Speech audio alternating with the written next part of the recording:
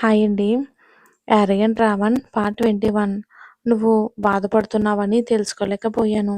నా మీద నాకే చాలా కోపంగా ఉంది అంటూ పిడికిలి బిగిస్తాడు.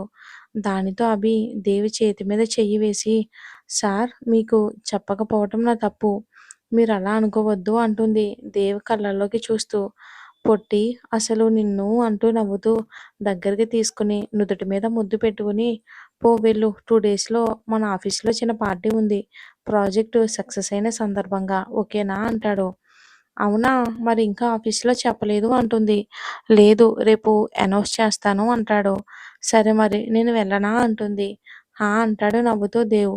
మళ్ళీ వెనక్కి తిరిగి నాతో మాట్లాడకుండా ఉండరుగా ఇక అంటుంది అభి అమాయకంగా. నీతో మాట్లాడకుండా నేను ఉండగలను అనుకుంటున్నావా అంటాడు. లేదు అని తల ఊపుతుంది. మరి నువ్వు ఇంకా మా దగ్గర ఏం దాచవు కదా అంటాడు దేవ్. అంటుంది. దేవ్ నవ్వి పోవే అంటాడు. అభి కూడా నవ్వుతూ వెళ్ళిపోతుంది. రాక్షసి నా మీద ఇంత ప్రేమ పెట్టుకుని ఎలా దూరంగా ఉంటున్నావే బాబు. నా వల్ల అయితే కావట్లేదు. అసలు ఈ వారం రోజులు నువ్వు ఫస్ట్ నుంచి బయట పడకుండా అలా ఎలా ఉండగలుగుతున్నావో. అయ్యో! మా పొట్టిది గట్టిదే అనుకుంటాడు. ఇంతకుముందు నాకు కోపం వచ్చింది. మిమ్మల్ని ఎవరైనా ఏమన్నా అన్నా కోపం వస్తుంది. ఊరుకోను అనడం గుర్తుకు వచ్చి ఇక ఈలోపు ఒకసారి మనం బాస్ దగ్గరికి వెళ్దాం. చాలా రోజులవుతుంది కదా! బాస్ ఎవరితోనో చాలా పొలైట్‌గా ఫోన్ మాట్లాడుతున్నాడు. "ఆ! మావయ్య నేను ఆ పనిలోనే ఉన్నాను. ఎలా అయినా తొందరగా తెలుసుకుంటాను" అంటాడు. "అయ్యో! లేదు ఎందుకు మావయ్య నేను వెతుకుతున్నాను. ఎలా అయినా పట్టుకొని మీ ముందు ఉంచుతాను తనని" అంటాడు చాలా నమ్మకంగా. "ఆ! సరే మావయ్య. మీ మీది, అత్తయ్యది ఆరోగ్యం జాగ్రత్త" అంటూ అతి వినయంగా మాట్లాడి పెట్టేస్తాడు. తర్వాత వెంటనే వాడు మనుషులకి కాల్ చేసి "ఎంతవరకు వచ్చిందిరా?" అంటాడు. "ఇంకా పనవ్వలేదు సార్" అని అంటే, "రేయ్! అసలు ఒక ఆడపిల్లని చంపలేకపోతున్నారు. ఎందుకురా మీరు?" అంటాడు కోపంగా. "సార్ అలా అనకండి సార్. ఇంతకుముందు ఓన్లీ వాళ్ళ తాతయ్య ఒక్కడే ఆ పిల్లకి కాపలా. అప్పుడు మనం వాళ్ళలో ఒకరిని కొని మన పని ఈజీ చేసుకున్నాం కానీ, ఇప్పుడు ఆ పిల్లకి సెక్యూరిటీగా ఏసీపీ పెట్టాడు సార్. అసలు ఒక్కదాన్ని ఎక్కడికి పంపడం లేదు. పోయిన వారం ఒకతే వచ్చింది. సరే మన పని ఈజీ అనుకున్నాం కానీ, అంతలోనే ఆ సెక్యూరిటీ వాళ్ళు నిమిషం కూడా వదలకుండా అంటిపెట్టుకొని ఉన్నారు" అంటాడు. "నాకు మీరేం చెప్పకుండా తొందరగా పని కానివ్వండి. లేట్ చేస్తే ఆ ముసలివాడు వేరే వాళ్ళ ద్వారా అయినా అది అక్కడ ఉంది అని తెలుసుకునేలా ఉన్నాడు. అప్పుడు నాకు చెప్ప తప్ప ఏమీ ఉండదు" అంటాడు కోపంగా తిట్టి ఫోన్ పెట్టేస్తాడు. ఇక రౌడీల్లో ఒకడు "అన్నా మనకెందుకన్నా ఇప్పుడు ఆ ఏసీపీ జోలికి వెళ్ళడం అవసరమా?" అంటాడు భయంగా. "ఇప్పుడు మనం ఏం చేయలేంరా అలాగని వెనక్కి వెళ్ళలేము. మొన్న ఇలానే ఒకడు దొరికితే వాడిని బాస్ చంపేశాడు. వీడేం చేస్తాడో ఏంటో ఎరక్కపోయి దీనిలో ఇరుక్కున్నామని" నిట్టూరిస్తాడు ఆ రౌడీల్లో ఒకడు. తర్వాత రోజు అభి ఇంకా దేవ్ నవ్వుతూ మాట్లాడుకుంటూ వెళ్ళడం చూసిన శక్తి గారు, దేవుడా నా పిల్లలు ఎప్పుడు ఇలానే హ్యాపీగా ఉండేలా చూడు స్వామి అనుకుంటారు. తర్వాత శివగారికి కూడా చూపిస్తారు. ఆయన కూడా వీళ్ళ గొడవ అయిపోయినట్లుగా ఉంది అని నవ్వుతారు శక్తి గారిని చూసి. శక్తి గారు కూడా నా కొడుకు చాలా మారిపోయాడండి. నాకు చాలా సంతోషంగా ఉంది. దేవుని ఇలా చూస్తూ ఉంటే అంటారు నవ్వుతూ. తర్వాత రోజు ఆఫీస్‌లో అందరికీ ఇన్ఫార్మ్ చేస్తారు. దేవ్ పార్టీ గురించి. ప్రీతి ఎలా అయినా ఈ పార్టీలో అభిని బాధపడేలా చేసి, ఇంకా దేవ్‌కి దూరం అయ్యేలా చేయాలి అనుకుంటుంది.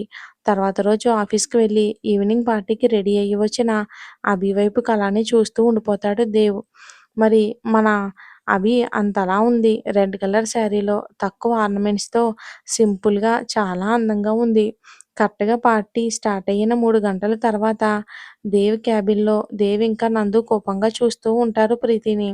అభి అక్కడే దేవ్ అటాచ్ రూమ్‌లో బెడ్ మీద పడుకొని ఉంటుంది.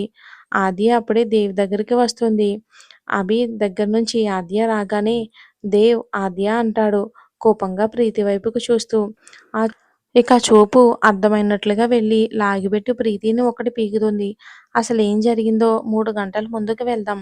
అంటే అభి రెడీ అవ్వడం చూసి అలా చూస్తూ ఉండిపోయాడు దేవ్. దేవ్ అలా తన వైపుకు కళ్ళు ఆర్పకుండా చూడడం చూసి సిగ్గుగా అనిపించి మళ్ళీ చుట్టూ ఉంటారు అని ఏంటి అని కళ్ళెగరేస్తుంది అభి. ఏం లేదు అని తల ఊపి పక్కకి రా అని సైగ చేశాడు. అంటుంది అభి. ఎవరు వాళ్ళని చూడటం లేదు అని దేవ్ స్పీడ్‌గా అభి చేతిని పట్టుకుని పక్కనే ఉన్న రూమ్‌కి తీసుకొని వెళ్తాడు. తర్వాత అభిని వదిలి అలా చూస్తూ ఉంటాడు పైనుంచి కింద వరకు. దేవ్ చూపులని తట్టుకోలేక అభి ప్లీజ్ సార్ అంటూ తన కళ్ళకి అభి చేతులు అడ్డుపెడుతుంది. దేవ్ ఆ చేతులను పట్టుకుని కొంచెం కిందకి దింపి ముద్దు పెట్టుకుని, "ఏంటి ఈరోజు ఇలా రెడీ అయ్యావు? అసలు నన్నేం చేద్దామని?" అంటూ అభిని పట్టుకుని మీదకి లాక్కున్నాడు. దేవ్ చెయ్యి అభి నడుముకి డైరెక్ట్‌గా టచ్ అయ్యేసరికి ఒళ్ళంతా చెమటలు పట్టేస్తూ ఉన్నాయి. "సార్ ప్లీజ్ వదలండి. ఇది ఆఫీసు" అంటుంది చిన్నగా మాటలు కూడదీసుకుని. "అవునా! నాకు తెలీదే మరి. ఈరోజు నువ్వు ఎలా ఉన్నావో చెప్పనా?" అంటాడు. "హ్మ్" అంటుంది అభి. దేవ్ అభిని ఇంకా దగ్గరికి జరుపుకొని చెవిలో "నువ్వు ఈ శారీలో చాలా హాట్‌గా ఉన్నావు. చాలా అందంగా ఉన్నావు" అని ముద్దు పెడతాడు. ఛీ! మీకస్సలు సిగ్గులేదు. ఏం మాట్లాడుతున్నారసలు? అని దేవ్‌ని దూరం జరిపి అటు ఇటు తిరిగి నిలబడుతుంది. నాకు నీ దగ్గర సిగ్గు దేనికి? అని వెనక నుంచి హత్తుకుని తన చేతులు లోపలికి పెట్టి తన పుట్టుమచ్చ మీద గిల్లుతాడు. దానితో అభి గట్టిగా అరిచి అసలు నేను వెళ్ళిపోతున్నా. నాకస్సలు బుద్ధి లేదు ముందు అని అంటూ కదులుతుంది. వెంటనే దేవ్ తనని ఆపి, సరే సరే ఇంకేమీ చేయను కానీ అని నవ్వి ఒక వర్క్ చెప్తాడు. అది చేసి తీసుకొని రా అంటాడు. నిజంగా అంతేగా అంటుంది అనుమానంగా. నీకు మంచిగా చెప్తే అర్థం కాదే నా స్టైల్‌లో చెప్తాను అని తన చెయ్యిని దగ్గరికి తీసుకొని రాగానే, ఆ! సరే సరే సారీ చెప్పండి అంటుంది. సరే అని అక్కడ ఉన్న చైర్‌లో కూర్చోబెట్టి ఒక పెన్ డ్రైవ్ ఇచ్చి, దీనిలో మనం ఇప్పుడు కంప్లీట్ చేసిన వాళ్ళకే మరో ప్రాజెక్ట్ చేయబోతున్నాం. దాని డేటా ఉంది. సో, నువ్వు ఒకసారి చెక్ చేసి నాకు కరెక్ట్‌గా మన పార్టీ స్టార్ట్ అయినాక ఇస్తే వాళ్ళకి పార్టీలోనే ఎక్స్‌ప్లెయిన్ చేస్తాను. ఓకేనా అంటాడు. ఆ! సరే సార్ అంటుంది. కొంచెం తొందరగా రావే పొట్టి వెరీ ఇంపార్టెంటు. వాళ్ళకిది టైంకి ఎక్స్‌ప్లెయిన్ చేస్తే వాళ్ళ కంపెనీ యూఎస్ ప్రాజెక్ట్ కూడా మనకి యూఎస్ బ్రాంచ్‌కి వస్తుంది. ఓకేనా అంటాడు. I will complete sir no problem. మీరు పార్టీలోకి వెళ్ళండి. వాళ్ళు వచ్చే టైం అయ్యింది అంటుంది. ఏ రాక్షసి నీకో విషయం చెప్పనా? నిన్ను ఇక్కడే ఉంచడానికి రీజన్ చెప్పనా? ఇంతకుముందు చెప్పానుగా నువ్వు ఈరోజు చాలా బాగున్నావు అని. అందుకే నీ మీద ఎవడి చూపు పడకుండా కాపాడుకుంటున్నాను అంటాడు నవ్వుతూ. సార్ అంటుంది చిరుకోపంగా అభి. సారీ అండి. ఈరోజు చిన్న ఎపిసోడ్ ఇచ్చాను. రేపు 2 వీడియోస్ కూడా లాంగ్ ఎపిసోడ్ ఇస్తాను. Thanks for watching.